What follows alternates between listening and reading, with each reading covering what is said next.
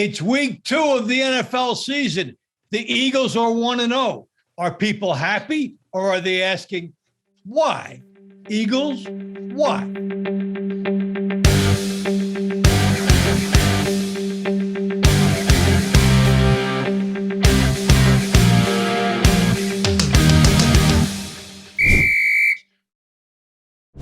Hi, everybody. Welcome to Why Eagles Why. Dave Bontempo along with Bill Gelman. You know him also as Gelman's Gold. And Parlay Pete Amato.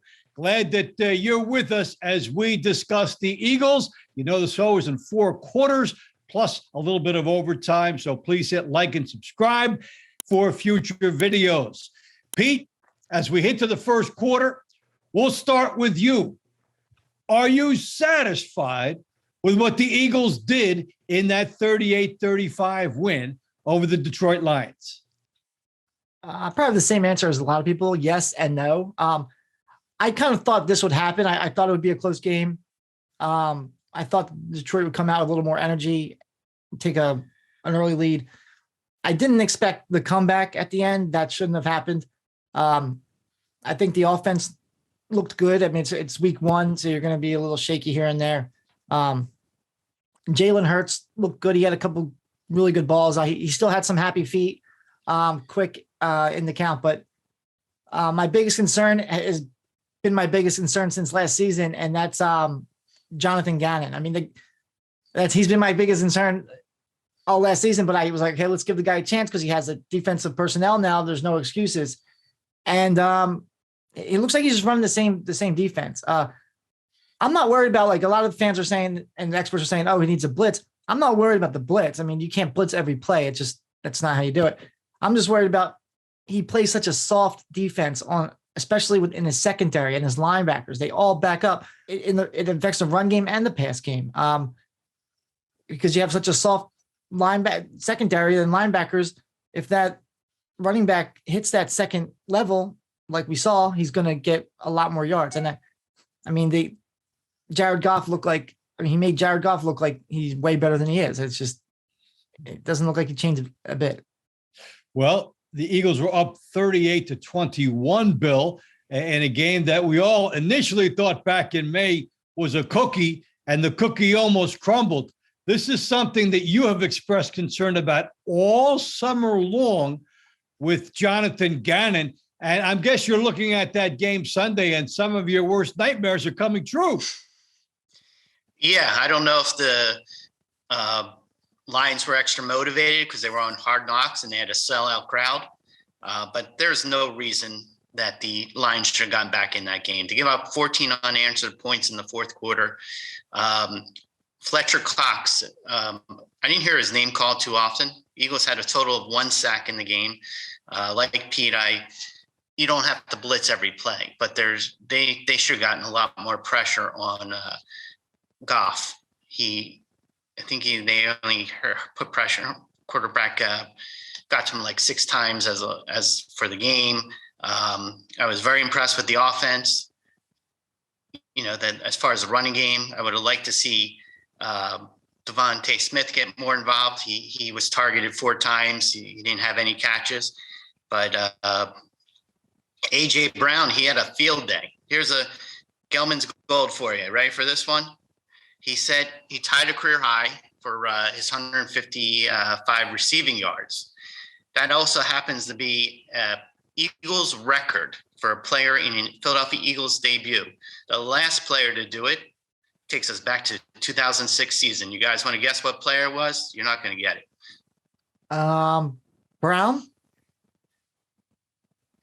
Nope. Or James Thrash? Okay. Dante Stallworth. Wow. Good one, Bill. That is Gelman's Gold indeed. And A.J. Brown was gold in that game. He didn't get in the end zone. But now let's talk about this, guys, as far as what he does as far as spreading the field, how he impacts Devontae Smith. Pete, at one point we thought, well, Devontae Smith will get more balls because of this guy because, they have to focus on the coverage of A.J. Brown. How did that play out according to your expectations with the receiving corps?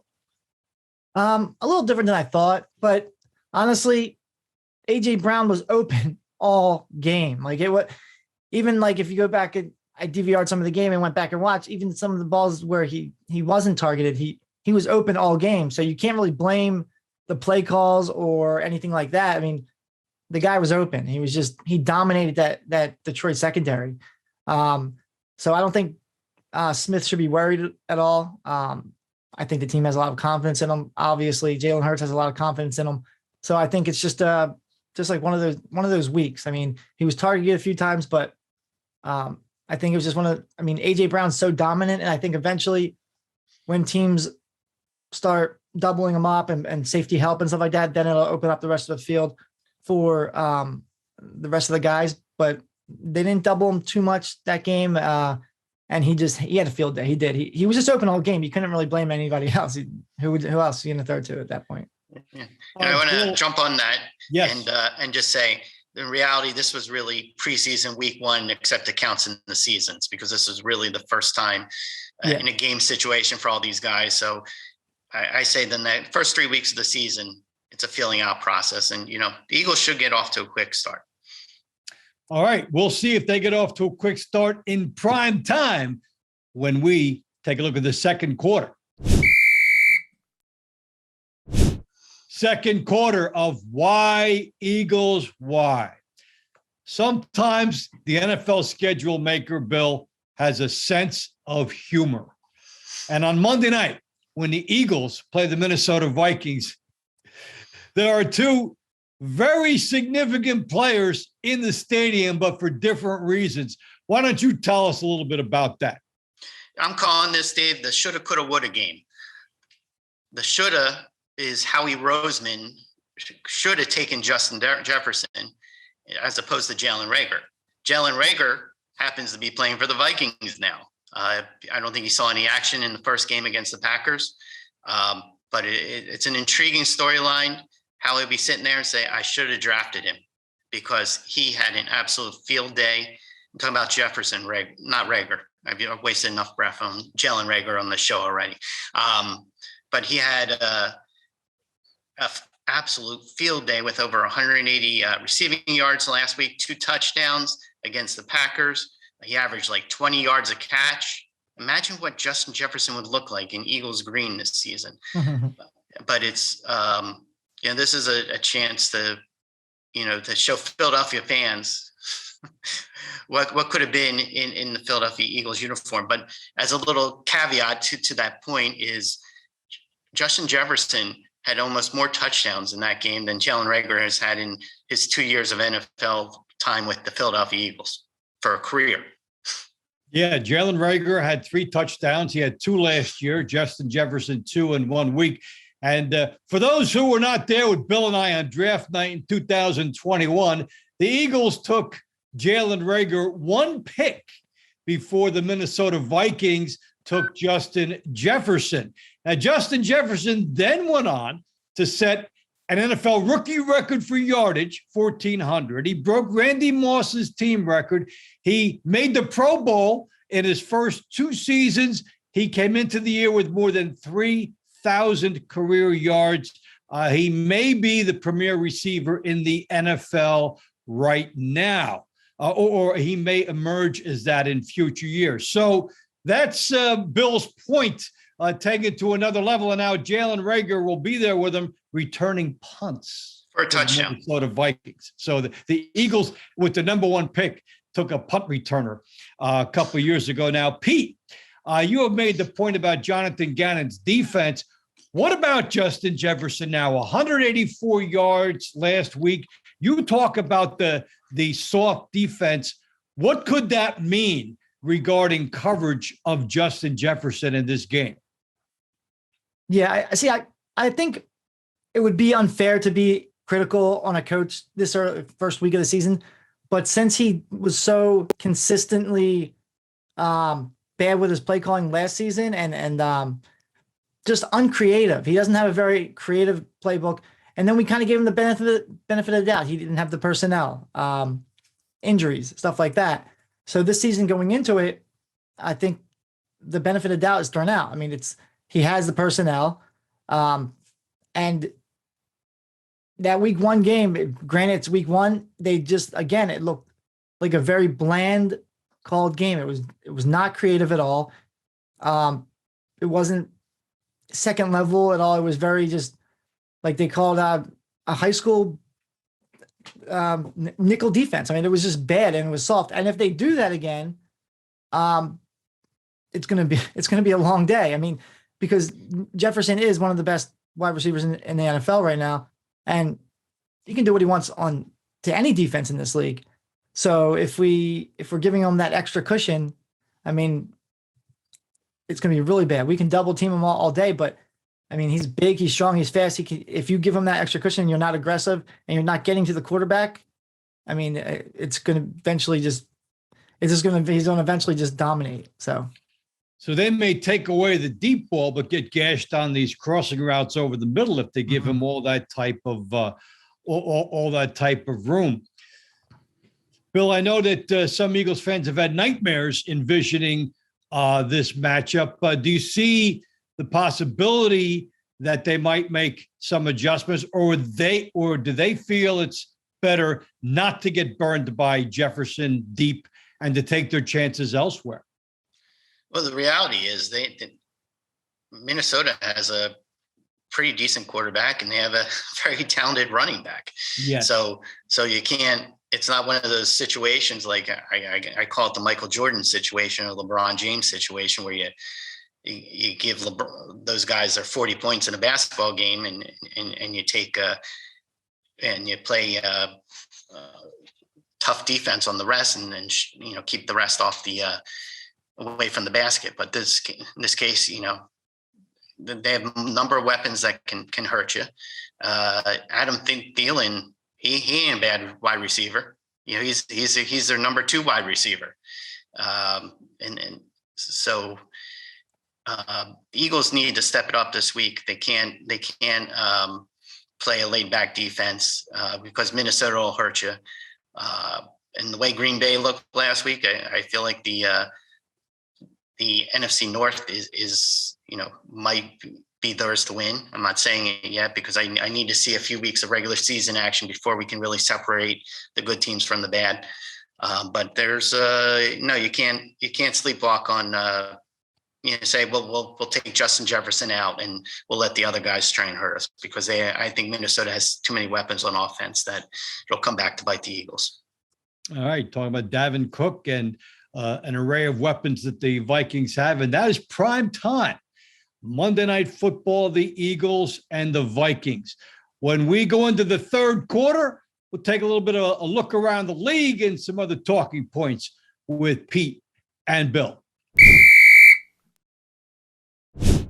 Third quarter of Why Eagles Why. Dave Bontempo, Pete Amato, and Bill Gelman with you. Time for What's My Number? And this is inspired by the Dak Prescott injury. He'll be out quite a long time now with the thumb injury. He had surgery, but now the numbers are changing. And this week is immediate. At DraftKings, the Cowboys are only getting 8% of the betting support early against the Bengals. The Bengals are laying 7 points in Dallas and have 92% of the betting support. Astounding. That's my number. Bill, what's your number? I have a couple of numbers because I can't help ignoring the fact that the Dallas Cowboys put up a whole 3 points on Sunday Night Football against Tom Brady and crew. So with Dak, I never want to see anyone get hurt like that because I want the Cowboys to be at their best. So it makes it even more enjoyable when the Eagles beat them. But one number that pops out at me is plus 550. That's the number of the Cowboys to win the NFC East. Remember last week when we were talking, I believe the number was Cowboys plus 150 to win the NFC East. So complete reversal. That number also puts them behind the Commanders and the New York Giants to win. So you can see the combination of Dak being out for 6 to 8 weeks. And you have to remember the Cowboys lost some weapons from last year. Gallup is not playing yet. And why am I drawing a blank on his name? Their top wide receiver, Armani Cooper. He's no longer with the team. So, and Zeke, in my mind, is past his prime. His career is winding down. So the Cowboys came into the season not being the team that they were in the past season. They took a little hit, and now you have your quarterback. You're going to Cooper Rush, and obviously the books are in love in the Cooper Rush factor right now. Well, from the penthouse to the outhouse in 1 week for the Dallas Cowboys. And if you ask anybody on the street, who's the only team in the NFL not to get a touchdown last week, it was those Cowboys. Pete, what is your number? We'll go with the number 6. The Eagles are now plus 600 or 6-1 to win the entire NFC, to win the conference. They're in some books, they're second place, third place. So we'll go with DraftKings. They're actually they're right behind the Packers now in third place, behind the Packers and the Bucks, to win the conference. I mean, last week they weren't even the favorite to win the division, and that injury.